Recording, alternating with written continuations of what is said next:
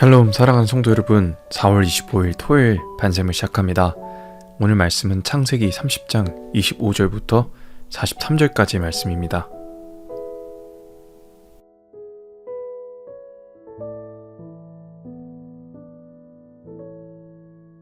라헬이 요셉을 낳았을 때 야곱이 라반에게 이르되 나를 보내어 내 고향 나의 땅으로 가게 하시되 내가 외삼촌에게서 일하고 얻은 처자를 내게 주시어 나로 가게 하소서. 내가 외삼촌에게 한 일은 외삼촌이 아시나이다. 라반이 그에게 이르되 여호와께서 너로 말미암아 내게 복 주신 줄 내가 깨달았노니 내가 나를 사랑스럽게 여기거든 그대로 있으라. 내 품삯을 정하라. 내가 그것을 주리라.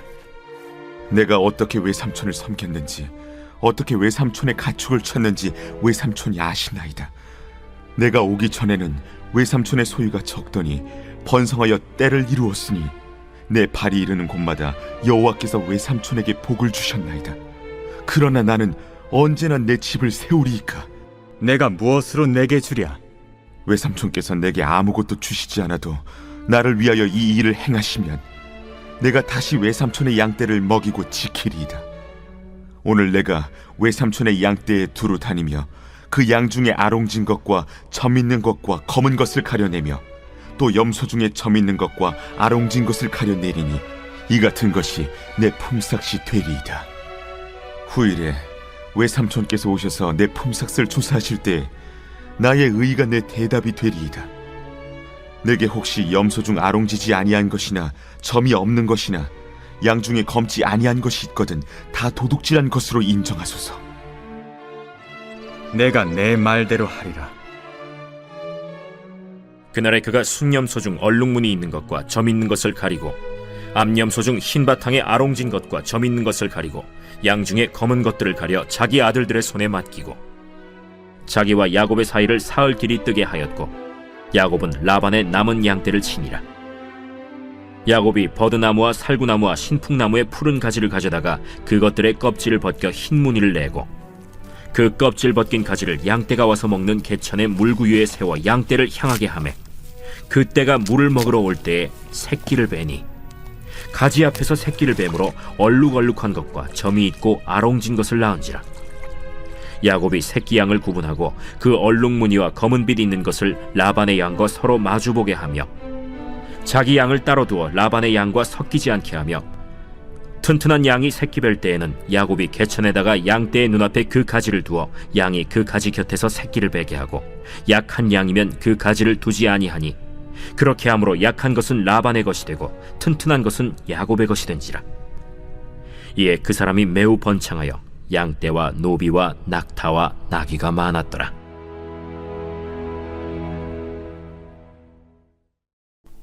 계산기 두드리는 인생이라는 제목으로 말씀 나누도록 하겠습니다.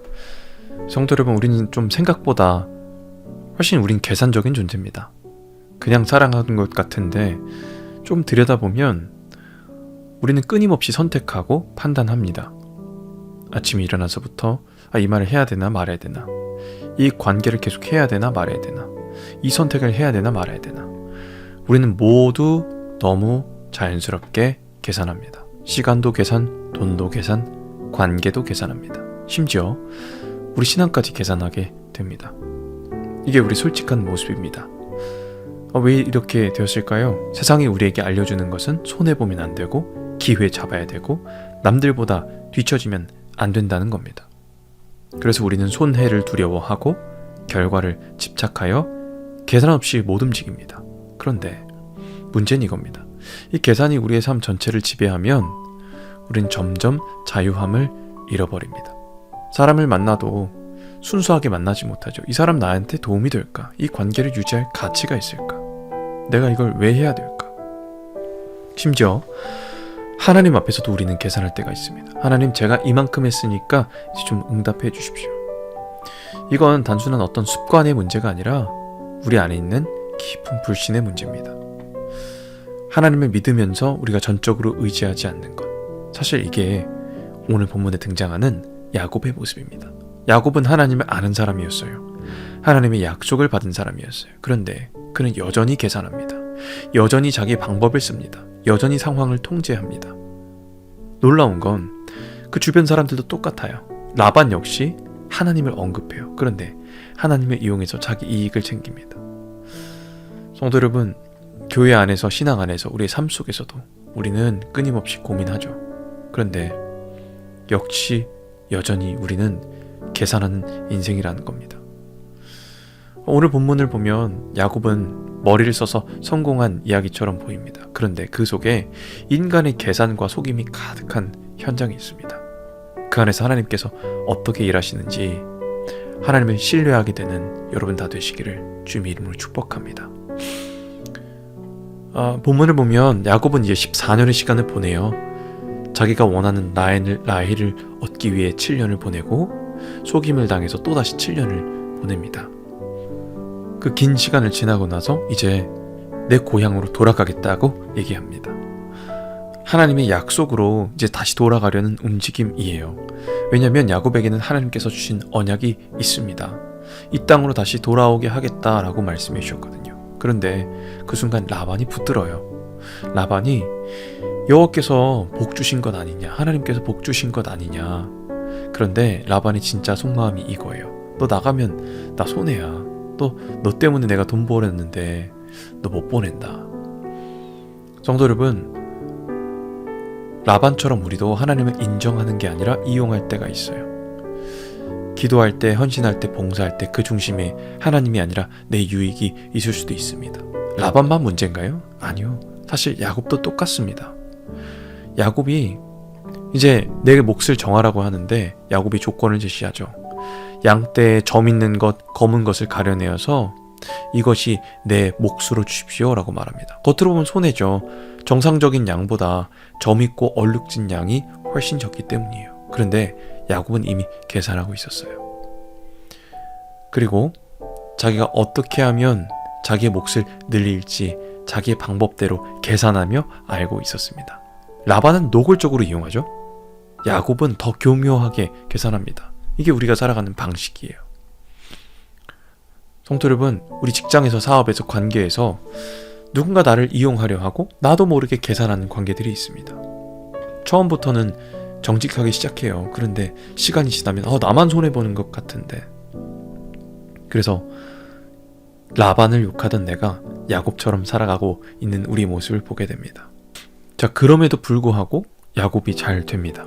본문만 보면 야곱이 머리를 잘 썼고 전략이 좋았고 방법이 통했다고 말합니다. 그래서 많은 사람들이 이 본문을 야곱처럼 지혜롭게 살아야 된다.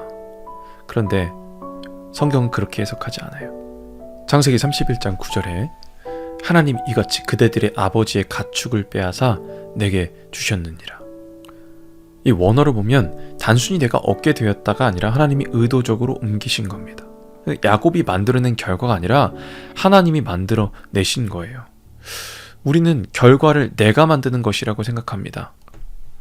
하나님을 믿지 않는 사람들은 그냥 내가 노력해서 얻어냈지 라고 생각합니다. 근데 심지어 하나님을 믿는다 하면서도 우리는 결과를 볼 때 그냥 내가 했으니까 된 거야 라고 생각합니다. 그러나 결과는 내가 만드는 것이 아니라 하나님이 주시는 거예요. 우리의 노력 중요합니다. 우리의 선택 중요합니다. 그러나 이 모든 것 그 위에 하나님이 역사하고 계신다. 야곱이 잔꾀를 부려서 결과를 만들어내는 것, 사업 수완이 좋았다? 그것이 아닙니다. 그건 단순히 인간적인 시도일 뿐입니다. 결과는 하나님이 개입하셔서 이루어진 거예요. 이걸 놓치면 우리 신앙이 무너집니다. 우리가 더 잘해야 된다, 더 계산해야 된다, 더 유리한 방법을 찾아야 된다 라고 할 때 하나님은 점점 사라지고 내가 중심이 됩니다. 오늘 본문은 분명히 말씀합니다. 우리 인생은 우리 전략과 계산이 아니라 하나님이 이끌고 계시다. 그래서 우리는 계산의 자리가 아니라 신뢰의 자리로 들어가야 될 줄 믿습니다. 야곱은 여전히 계산합니다. 여전히 자기 방법을 씁니다. 여전히 상황을 통제합니다. 그런데 하나님은 완성된 신앙인이 아닌 야곱을 버리지 않으세요. 그를 포기하지 않으세요. 오히려 그를 통해 일하세요. 여기서 우리는 하나님의 은혜의 깊이를 보게 됩니다. 보통 우리는 하나님 제가 준비되면 저를 써주세요. 충분히 모든 것이 거룩해지고 완전해지면 써주세요 라고 말합니다. 그래서 난 아직 부족한데 준비가 안 됐는데 라고 말합니다. 그런데 성경은 정반대로 말해요. 하나님은 이미 부족한 사람을 사용하십니다. 야곱은 지금 변화의 과정 중에 있어요. 완전하지 않습니다. 어떤 부분에선 옛 모습이 여전히 남아있어요. 그런데 그 과정 속에서, 그 미완성 속에서 하나님은 여전히 일하십니다. 이것이 우리에게 가장 큰 위로예요. 완벽하지 않고 모든 것이 준비되지 않아도 하나님께서 우리를 부르시고 우리를 통해 일하십니다.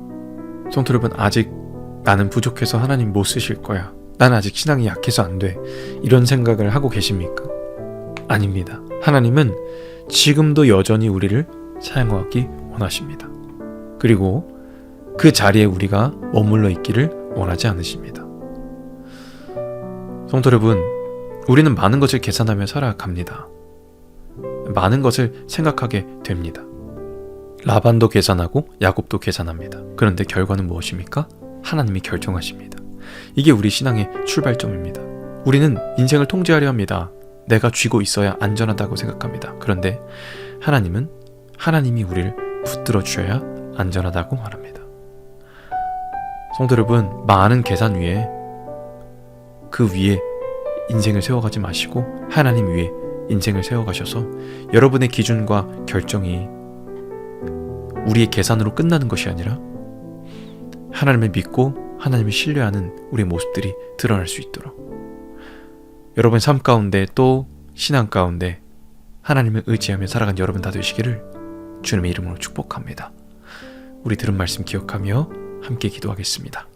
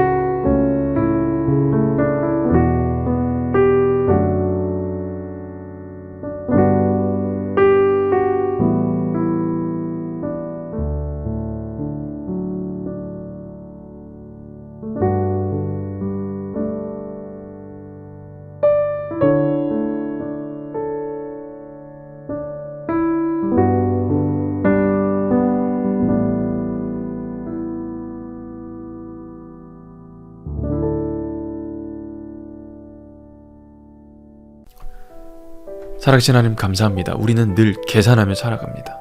손해보지 않으려고, 더 가지려고 사람들을 의식합니다.